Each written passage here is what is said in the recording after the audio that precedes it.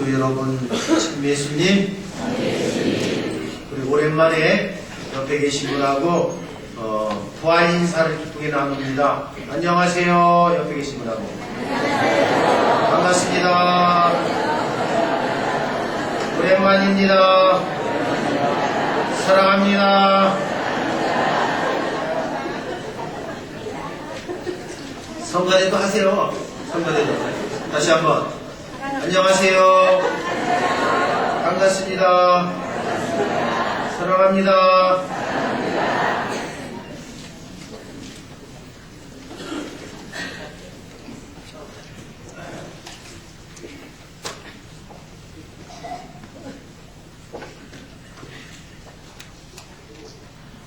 제가 이렇게 쭉 교우님들을 보는 것은 어떤 분이 맞으셨나 지금 머릿속으로 메모리 시키려고 쭉 돌아보고 있습니다.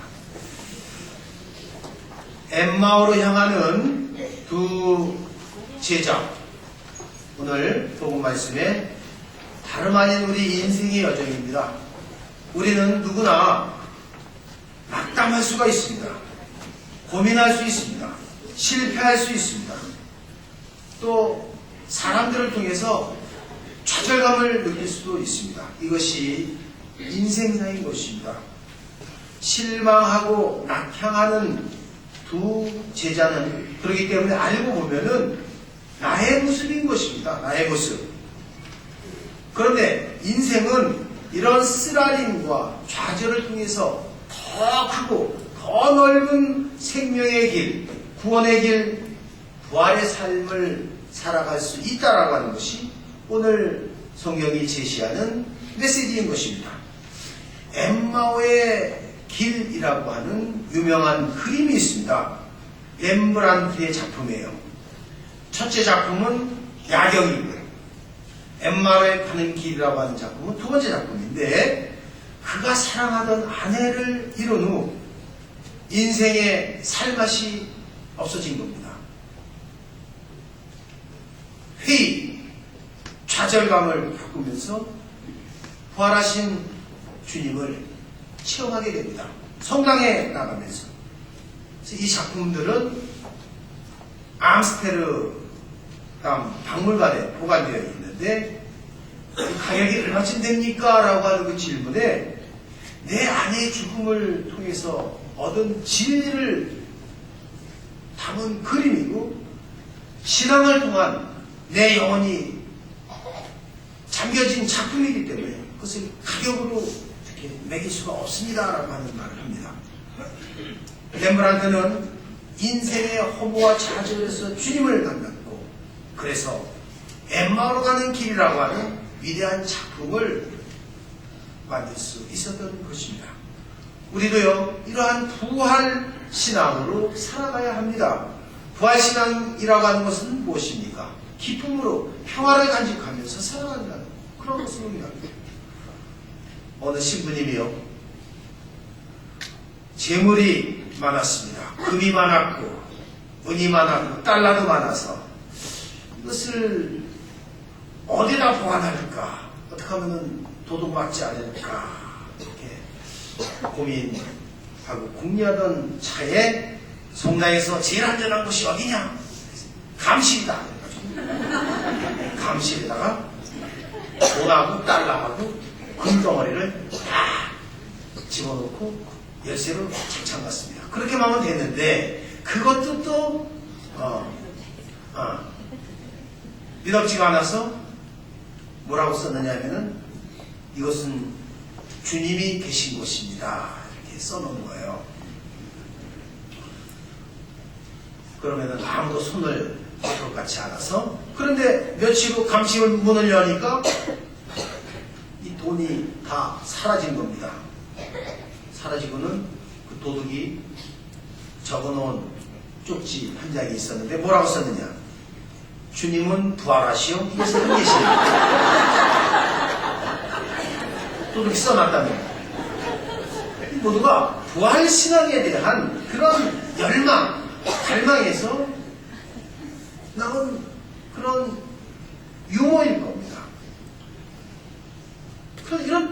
신앙은 십자가의 고통 없이는 이루어질 수 없는 것입니다. 십자가 없이는 고통도 없다. 그래서 속담에 no cross, no crown, 이 그런 의미 있는 겁니다.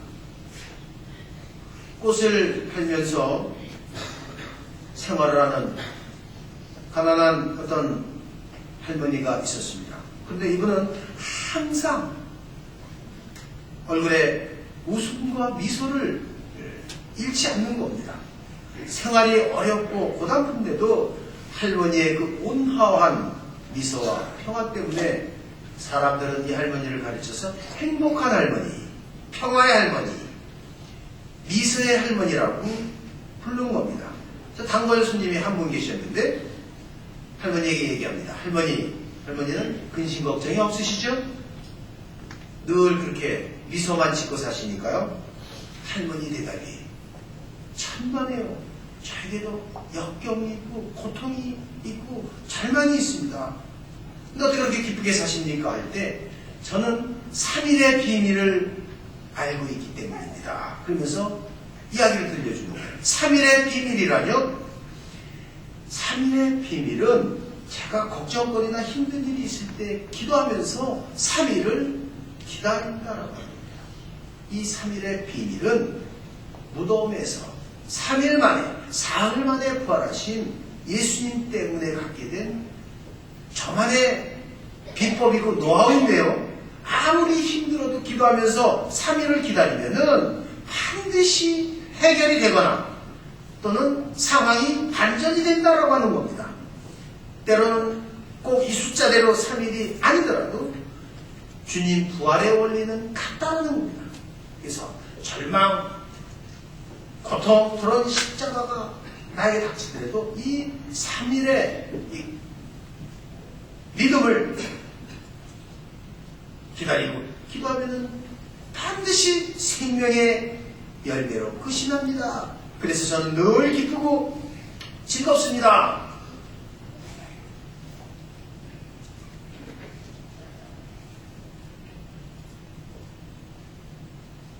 우리도 참 행복한 표정으로 말이죠. 옆에 계신 분이 주님이시다. 응? 주님이시다. 부활하신 주님이 옆에 계시다 하고 다시 한번 참 행복한 표정으로 밝은 모습으로 옆에 분을 한번 보세요.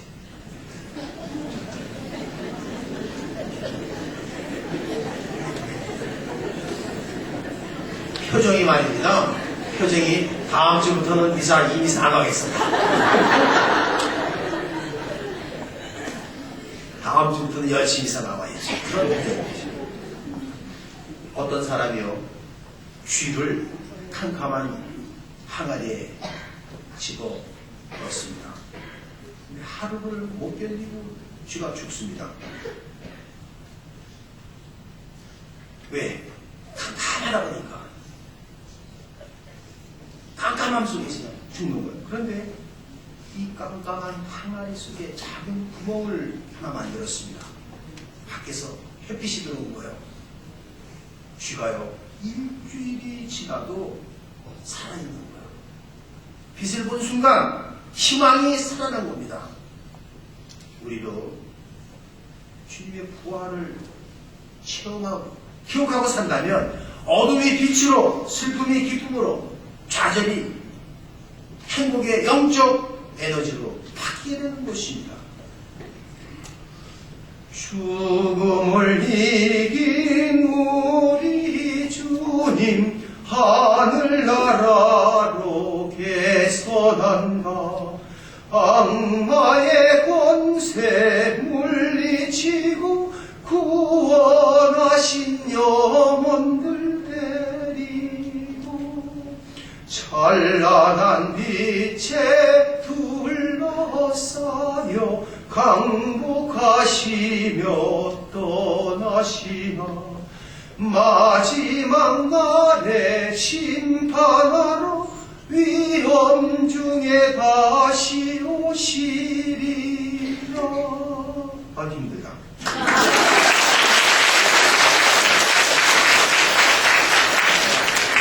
영가대가 얼마나 힘들다는 거 아시겠죠? 이 톤을 처음에 잘 잡아야지 잘 나오는데 높게 잡다 보니까 힘 좀 썼습니다. 요즘 한국 사회는 범죄와의 전쟁을 선포해야 될 정도로 성범죄와 초등학생 유괴살인 등 그 잔혹한 사건들이 끊이지를 않고 있습니다. 이 상당 부분이 인터넷 음란 사이트와 연결이 되면서 모방 범죄가 기승을 부리고 있는 것입니다. 알코올 중독자가 400만 명, 이런 음란 사이트 중독자는 300만 명, 도박 중독자는 300만 명, 이런 통계가 나와 있습니다. 어둠의 불입니다. 타락의 불입니다. 정욕의 불입니다. 저주의 불입니다. 이런 어둠과 무질서와 혼돈을 어떻게 청화시킬 수가 있는가? 그 해답을 우리는 부활하신 주님 안에서 찾아야 하는 것입니다. 주님의 부활의 영, 성령의 뜨거운 불길로 주님의 말씀으로 치유받고 구원받아야 되는 것입니다. 오늘 엠마오의 두 제자는 이것을 체험했습니다. 길에서 우리에게 주님께서 말씀하실 때, 성경을 풀어주실 때 우리 마음이 얼마나 감동에 타올랐는가.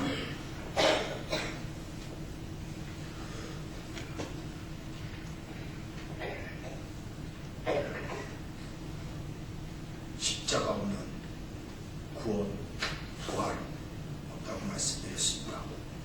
헨델은 56세에 병이 들어서 모든 영광이 그의 곁을 떠났습니다. 그런데 노노는 어느 날 밤 그는 성당에 나와서 주님 앞에 눈물을 흘리면서 회개기도를 하셨습니다. 그때 그의 가슴에 성령으로 뜨거움이 스쳐감을 느꼈습니다. 그때 만든 작품이 바로 헨델의 메시아입니다. 베토벤의 교향곡 9번도 마찬가지입니다. 눈이 멀고 청각이 안 들리는 절대절명의 순간에 명곡이, 명작품, 명음악이 탄생되었던 겁니다. 우리가 주님을 떠날 때 아무리 권세가 있고 재물이 있고 지식이 있고 건강이 있다 할지라도 그런 삶은 허무와 좌절만이 남은 것입니다. 오늘 특별히 이 미사를 통해서 부활하신 주님께서 나와 우리 가족, 우리 타코마 성당의 부활의 영적 에너지를 충만히 내려주시기를 기도하고 청해할 것입니다. 다 같이 옆에 계신 분 손을 잡고 기도합니다.